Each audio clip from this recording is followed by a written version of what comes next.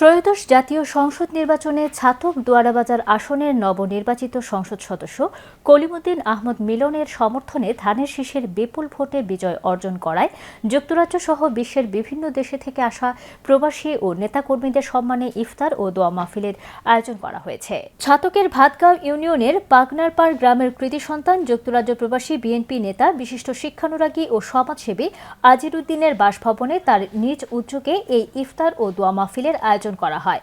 পাগনারপাড় গ্রামের ইফতার ও দোয়া মাহফিল উপলক্ষে এক আলোচনা সভায় অনুষ্ঠানের উদ্যোক্তা আজির উদ্দিনের সভাপতিত্বে অনুষ্ঠানে বক্তারা বলেন, নবনির্বাচিত সংসদ সদস্য কলিমুদ্দিন আহমদ মিলন সমর্থনে ধানের শীষ প্রতীককে বিপুল ভোটে বিজয়ী করায় যুক্তরাজ্য, যুক্তরাষ্ট্র সহ বিশ্বের বিভিন্ন দেশ থেকে আসা শহীদ জিয়ার আদর্শের সংগঠন বিএনপি ও তার অঙ্গ সংগঠন সহ স্থানীয় নেতৃবৃন্দের প্রতি ধন্যবাদ ও কৃতজ্ঞতা জানান।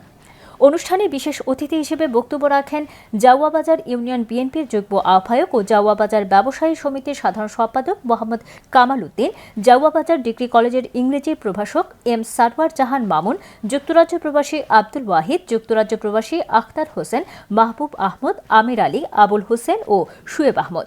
ইফতার পূর্বে দেশ ও জাতির শান্তি সমৃদ্ধি কামনা করে বিশেষ মোনাজাত শেষে ইফতার মাহফিল অনুষ্ঠিত হয়।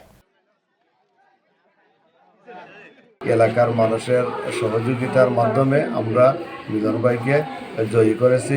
তাই আমরা আমরা আশা করব যে এই ছাতক দ্বারার উন্নয়নে উনি উন্নয়ন করবেন আর এলাকাবাসীর সাহায্য সহযোগিতা কামনা করছি।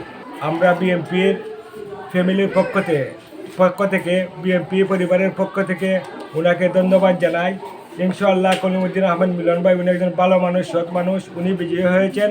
ওনার মাধ্যমে আমাদের এই অঞ্চলে কাঙ্ক্ষিত উন্নয়ন হবে।